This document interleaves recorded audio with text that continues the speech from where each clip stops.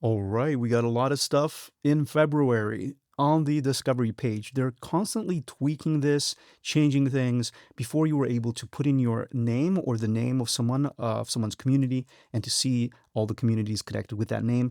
Currently, you're not able to do that. I don't like that too much.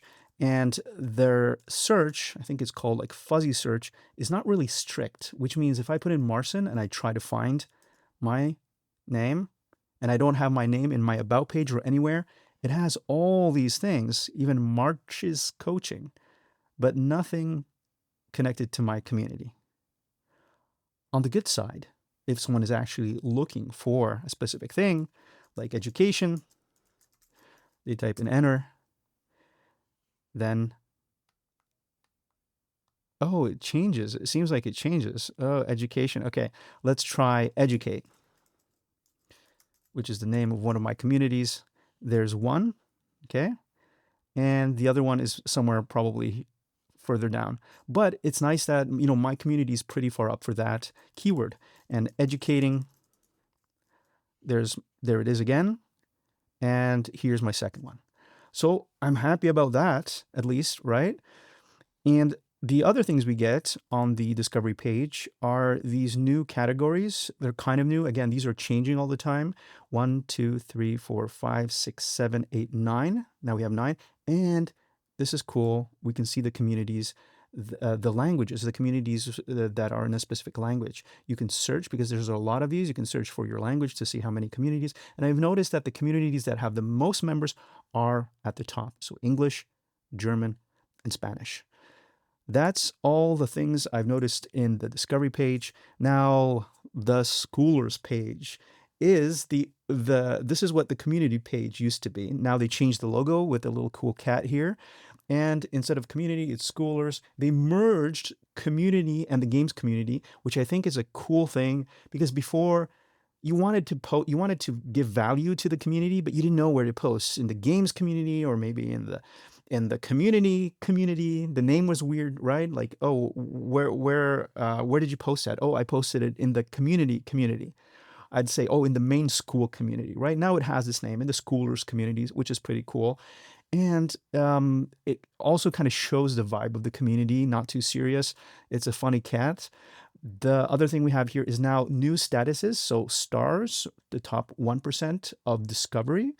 Then we have the fire for 30-day activity streak. If you do 10 activities a day, I think it is, then you get the fire for 30 days. Then you get the fire. The highest earner is the goat. The ninja, it's 300K monthly recurring revenue. And the diamond crown, and then we have the rockets. Some people get 3 of these, right? Because they get the star, the fire, and for example, one of these. Another thing we have here is the merch tab, and we're missing the leadership board. You can't access it from this community, from the homepage of the community. The games are, well, let me first show you the merch tab since I talked about that.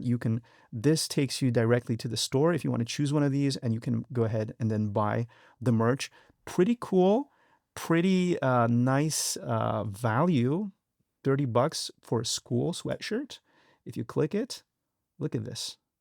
It gives you the money. I'm in Poland, so it's in Polish zlotys. But this is embroidered, yeah, with an embroidered logo. It's amazing. Then we have the games page. I'm gonna blur this out, the prices at least.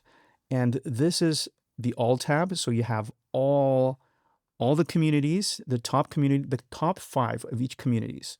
And the new rules for the games are that every quarter there is a winner. So it's not monthly anymore, it's quarterly, which is cool. And you get communities from different categories winning, and not just the ones that are the best overall in school, which gives chance to different communities. You have quarter 1, quarter 2, you're not going to see anything here. And all time, this is pretty cool. It shows all the all-time communities. And if you click see more over here, then you're going to see more from the hobbies community. If you click more here, then you'll see more from the music community, or you can just go ahead and do this. Pretty cool. So that's that. Another thing is we can now, let me jump to another my community over here, we can now, it's the same thing, but it's a little different. It's more simple here. We don't have that big pop-up showing up. I'm not against big pop-ups, but I think it was pretty cluttered what we had before. So I enjoy this simplified version. You got the default view of all the communities, the new view. I'd wish the view was the same all the time, even if you refresh the page. It doesn't, unfortunately, stay. So you have to change it every time. The top, and before it was a little cluttered, like I said. Now, if you click the top post, if you click month, you'll see that you can, year, you can do it by year, by all time, etc. We also have the pinned post, as usual, over here, and the default view. Now, I hope the no comment filter is going to come back. If you rely on that and you don't see it here, well, a kind of workaround is if you put in no CT, no comment, and hit enter, you'll get the posts with no comments. Here are some of the posts. Here are some of my posts with no comments on them.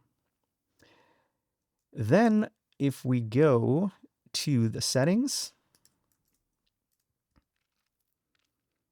we go to pricing, or first payouts.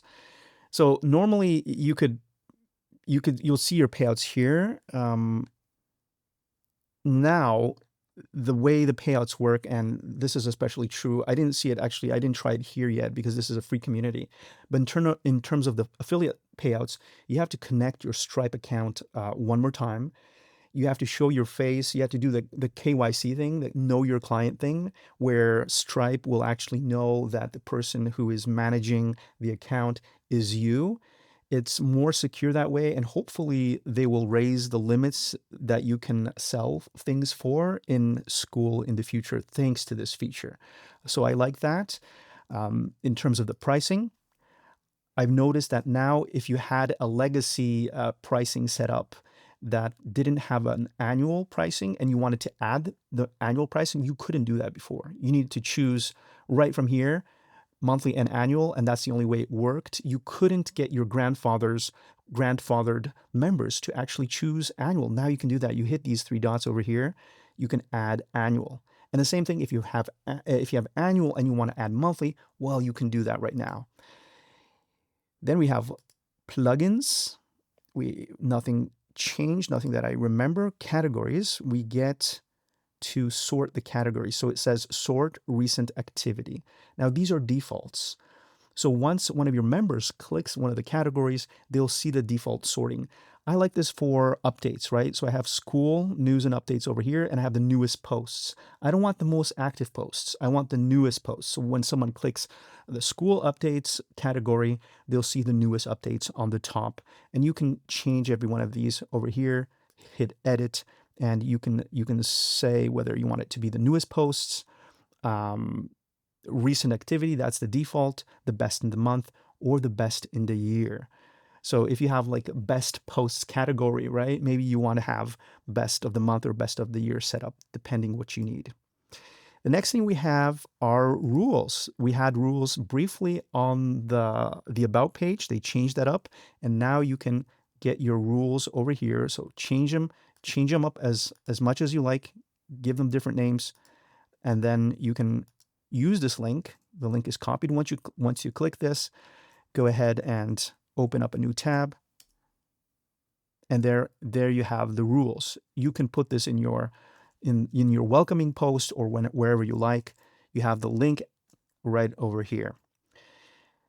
Then we have the discovery. This changed a lot, this discovery area. We got a lot of more information, and this allows you to strategically plan things out for your page. You now know exactly what will boost your community in the discovery page, and you'll see the penalties, right? For example, of spam or low quality engagement, low quality artwork or about page, payments off platform, bad customer support, inactive owner, etc., etc. Very important note, this is now officially here. You don't have to look for this information. Removing inactive or level 1 members doesn't improve your rank. Some people like to lurk. So you do not get penalized for people who are in your community but are not active, which I think is really cool to know. And that is it in terms of the features we have here. The next thing we have is the affiliates that are coming. So we can now, instead of going to profile, settings, and then looking for the affiliates tab, we now have this right over here. If we click it, we go straight to our affiliate page. The new thing we have is your affiliate links. So for the Skool platform, you get your link here, and nothing happens when you do that. But once, this is probably how it's going to work. We're going to learn about this tomorrow. So once you watch this video, maybe you're already going to see what this is actually for from Skool officially. But this is probably what's going to happen is you're going to get more buttons for the communities you're an affiliate for. So you can see the link for each one of the communities over here. That's that. Another thing is you now only see the your active referrals over here. Unfortunately, we don't see the canceled ones. I hope that comes back. So a lot of people want that back because they want to reach out to those communities and see if they can re-engage them and reactivate them, help them in some way. Then if you go to a paid community or any other community, actually, let's go back to, if I click invite people, invite your friends to the flywheel. Now, probably once you click this button, and if they set up an affiliate partnership program, probably we'll see something else here than just invite link. For now, this is how it is. Tomorrow we'll find out. And last, not least, I think I got all of these things. If you go to support or the help center here, contact support. So before you just had a form here. Now, look at all the communities I'm in. Now, if you scroll down, there is no form.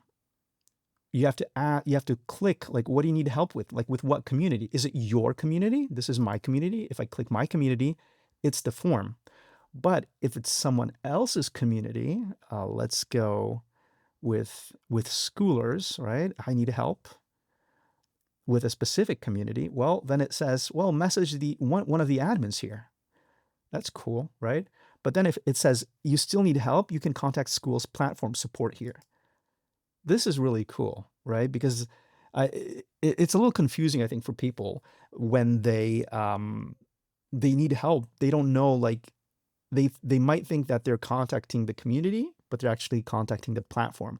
This makes it pretty clear. One last thing, an important thing I forgot. The Skool platform is now private, which is super cool for many reasons.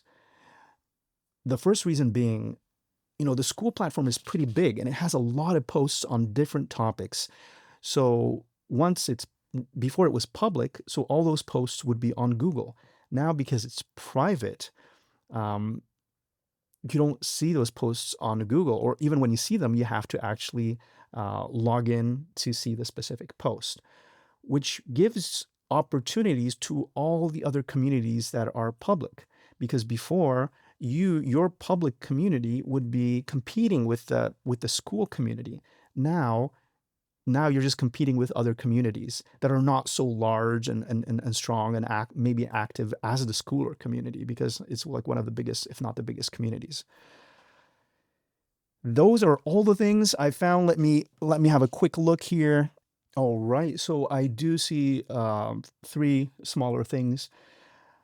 It was said that live streaming will come in the future, probably not this year. This year, I know they're working hard to bring native videos.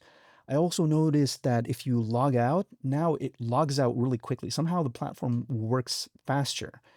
Before, I think you had to refresh the page if you had your login in other pages. Now it just logs out instantaneously.